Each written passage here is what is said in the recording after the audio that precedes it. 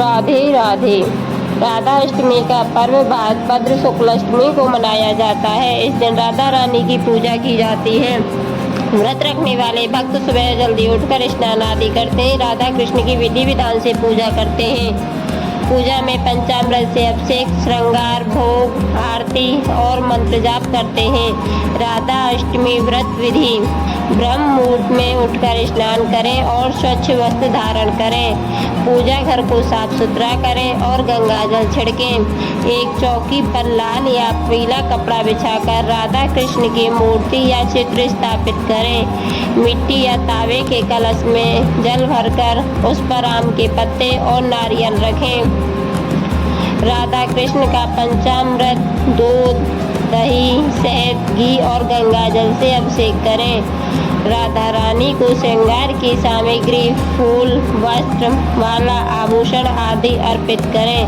राधा कृष्ण को मिठाई, फल और अन्य भोग अर्पित करें। श्री राधा कृष्ण के मंत्रों का जाप करें और आरती करें। व्रत के पारण अष्टमी तिथि समाप्त होने या सूर्यास्त के बाद किया जाता है।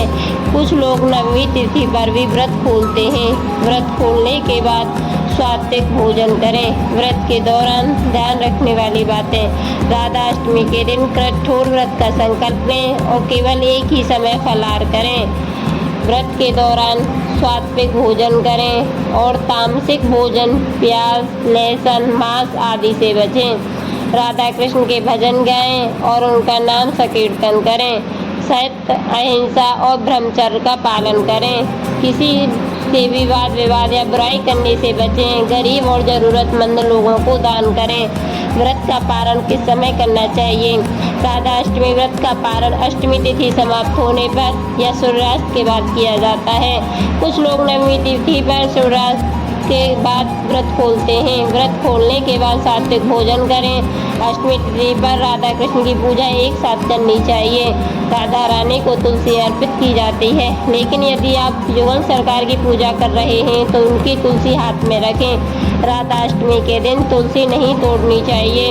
राधा अष्टमी के दिन राधा कृष्ण को याद रखें और किसी भी प्रकार की बुराई से बचें। राधे राधे।